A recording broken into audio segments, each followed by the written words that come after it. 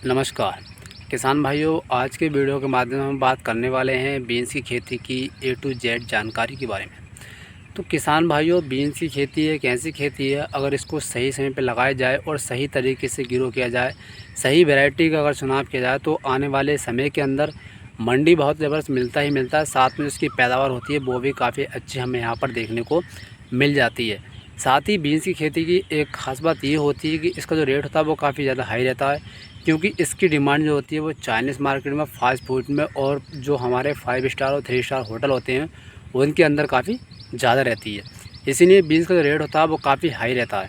तो चलिए आज का वीडियो आप कंप्लीट देखिए। आज के वीडियो के माध्यम में आपको बताने वाला हूँ बीन्स की खेती की A to Z जानकारी, कौन सा खाद, कौन सी बीज, कौन सी दवाई, उन्नतशील किस्में, बेस्ट वैरायटी, सही समय, अनुकूल मिट्टी, सारी जानकारी आज आपको इस वीडियो के माध्यम से मिलने वाली है।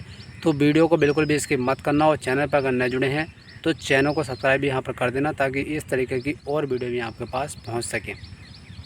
किसान भाइयों, सबसे पहले हम बात कर लेते हैं यहाँ पर अनुकूल समय के बारे में।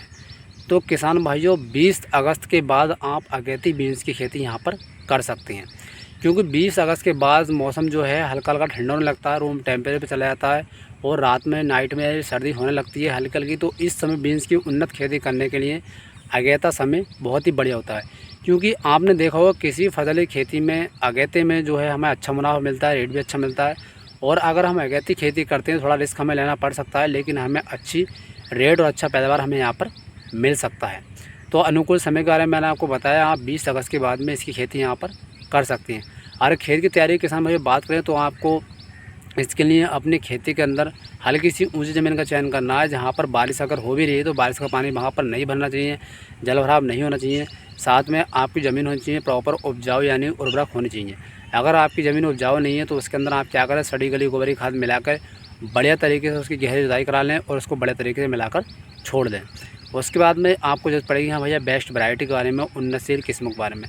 तो मैं यहाँ पर 2 से 3 ऐसी बेस्ट वैरायटी बताऊँगा, जिसका अगर आप अपनी खेती के अंदर चुनाव करते हैं, उसको लगाते हैं तो बहुत ही अच्छे पैदावार भी देखने को मिलेगी। साथ में उसके अंदर कुछ खासियत होती हैं कि जो मैं आपको आज वैरायटी बताने वाला हूँ उसके अंदर ना तो चूड़ियाँ बनती है, ना ही दाना दिखता है, और एकदम सीधी पेंसिल बीन उसके अंदर आती है।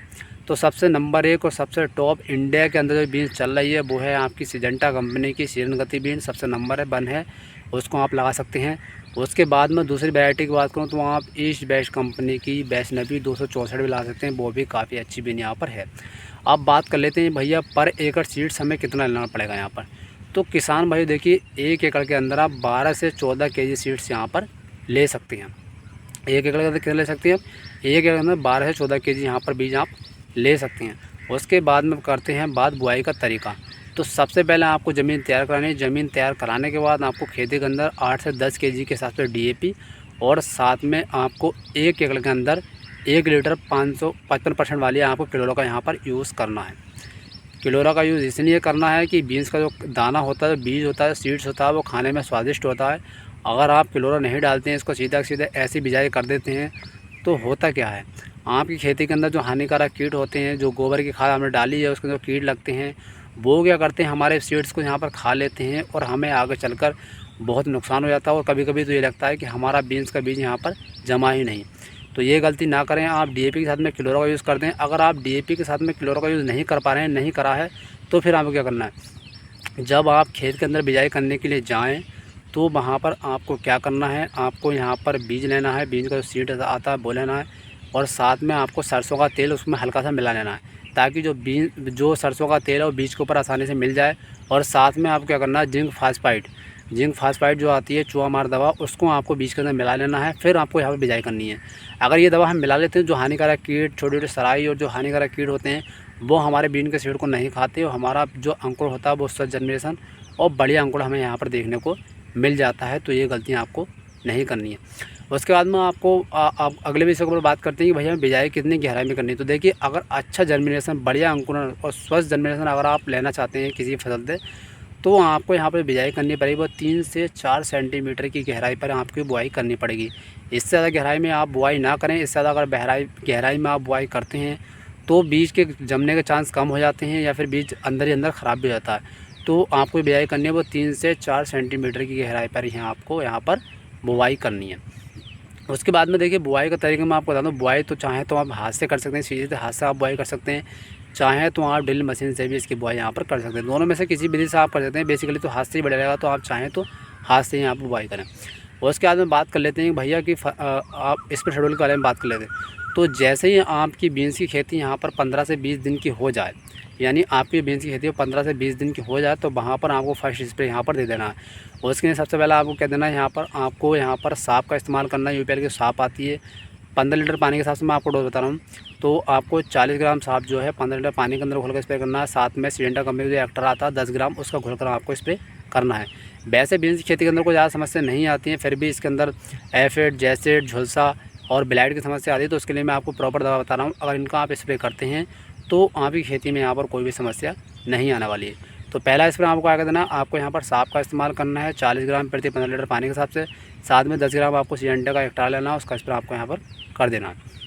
अगले दूसरे स्प्रे के बारे में बात करें तो जब आपकी फसल 25 से 30 दिन की हो जाए, तो वहाँ पर आपको एक फंगिसाइड देना है। उसके लिए आपको क्या करना है, यहाँ पर आपको पल्सर फंगिसाइड लेना है 1 ml प्रति लीटर पानी के हिसाब से। साथ में आपको रोको फंगिसाइड लेना है यहाँ पर 1.5 ग्राम पर लीटर पानी के हिसाब से।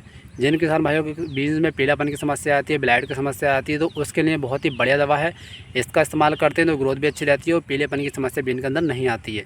तो जब आपकी फसल 25 से 30 दिन की हो जाए, तब आपको क्या करना है, पल्सर फंगिसाइड 1 ml प्रति लीटर पानी के हिसाब से, और साथ में आपको रोको फंगिसाइड लेना है 1.5 ग्राम पर लीटर पानी के हिसाब से। दोनों को मिलाकर स्प्रे कर देना। तीसरे स्प्रे के ऊपर बात कर लें, जब हमारी फसल 45 से 50 दिन की हो जाए, जब हमारी फसल में माल आने लगे, फूल बनने लगे, तो वहाँ पर हमें क्या देना, वहाँ पर हमें साप का इस्तेमाल करना है 1.5 ग्राम पर लीटर पानी के हिसाब से। और साथ में हमें बिन का टॉनिक आता है, जो खाद के फर्टिलाइज़र के साथ साथ क्या करता है, टॉनिक का काम भी करता है, नाथ कंपनी का। उसका हमें यहाँ पर इस्तेमाल करना है 6 ml का टॉनिक आता है, वो आप प्रति 15 से 20 लीटर पानी के अंदर इस्तेमाल कर सकते हैं। दोनों का इस्तेमाल करना तो बहुत ही अच्छी हमारी खेती होगी, पैदावार अच्छी मिलेगी। साथ में माल की क्वालिटी भी यहाँ पर बहुत ही बेहतरीन होने वाली है। फर्टिगेशन के ऊपर बात कर लेते हैं कि हमें जब 15 से 20 दिन की फसल हो जाए, तो यहाँ पर आपको 1 एकड़ के अंदर 25 से 30 kg यूरिया लेना है, और साथ में आपको 6 kg माइक्रो न्यूट्रिएंट्स का यहाँ पर इस्तेमाल करना है। सेकंड खाद के ऊपर किसान में बात कर लेते हैं, जब आपकी फसल यहाँ पर 25 से 30 दिन की हो जाए, तो वहाँ पर आपको 25 से 30 kg यहाँ पर यूरिया देना है, और 25 से 30 kg यहाँ पर आपको DAP का इस्तेमाल कर देना है। दोनों को मिलाकर आपको यहाँ पर गोल के अंदर डालकर आपको सिंचाई कर देनी है। तीसरे खाद की बात कर लेते हैं कि हमें तो आपको यहाँ पर 20 से 25 kg यहाँ पर यूरिया लेना है, और 10 kg सागरिका लेना है आपको इफ़को का। दोनों को बड़े तरीके से मिलाने के बाद आपको यहाँ पर गोल के अंदर डालकर आपको सिंचाई कर देनी है। तो आपकी फसल बढ़िया होगी और आपको बहुत ही अच्छी इनकम यहाँ पर हो जाएगी। तो मैं आज की वीडियो के माध्यम में आपको बताया किस तरीके से आप बीन्स की खेती कर सकते हैं, बढ़िया पैदावार ले सकते हैं, उन्नतशील किस्में, बेस्ट वैरायटी, खाद, फर्टिगेशन, इरिगेशन, लाइफ साइकिल, वो सारी जानकारी आज आपको इस वीडियो के माध्यम से दी। तो किसान भाइयों, वीडियो अगर अच्छा लगा तो वीडियो को लाइक कर देना। धन्यवाद।